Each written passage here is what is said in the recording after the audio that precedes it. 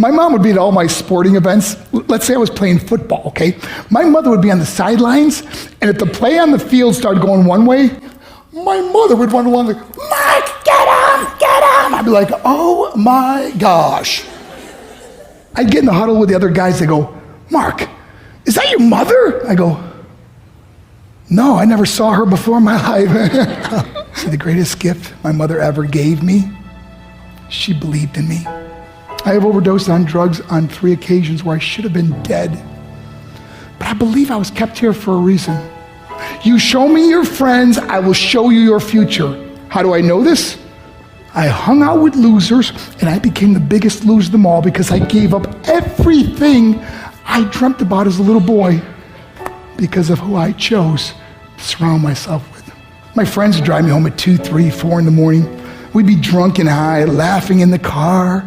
We'd pull up in front of my house in New York. They go, Mark, the light's on. I go, oh man, my mother's up. See, my mom wouldn't go to bed until she knew her son was still alive.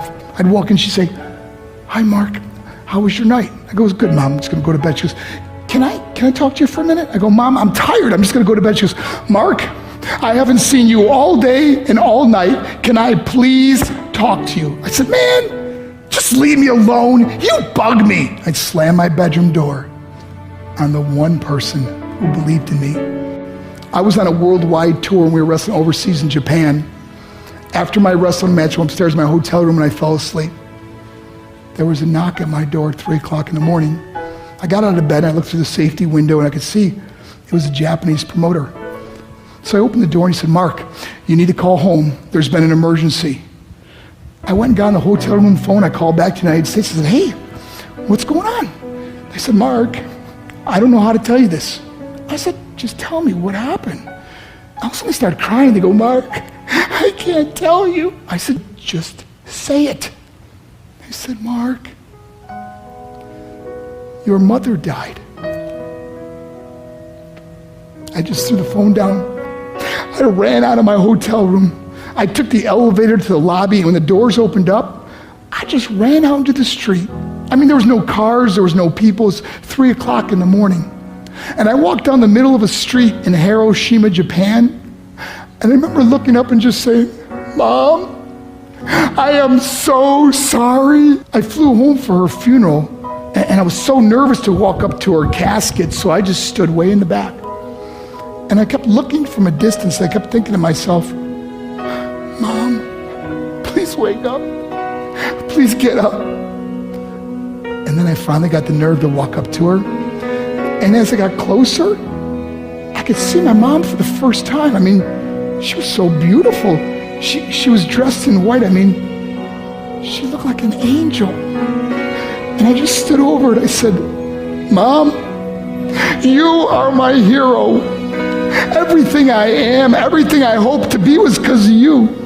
You loved me so much. You gave me a life. You're the only one that ever believed in me.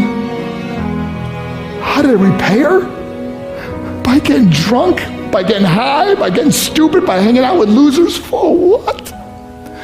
All she ever wanted to do was talk to me. I wish I could talk to you now, Mom. I wish you could see what I'm doing. Why couldn't I have been a better son? We are defined by our choices. But if you surround yourself with people involved in drugs and alcohol and pills, it's a dead end. I'm not here to preach to you. I'm here to tell you I lived that life. It leads to broken hearts, broken relationships, broken dreams, and death. For what? To get high? If you have a mother or a father, when you go home, tell them how much you love them. See, my whole life was about being rich and famous. I had to be a millionaire. I had to win the race. I had to win the race at the expense of my marriage, my family, my friends. For what? To be all alone in the world? I learned what is truly important, and that is how precious this gift of life is, and our families, and how quickly it can be taken away. See, I no longer live in time, I live in moments. See, it's not what's in your pocket that matters.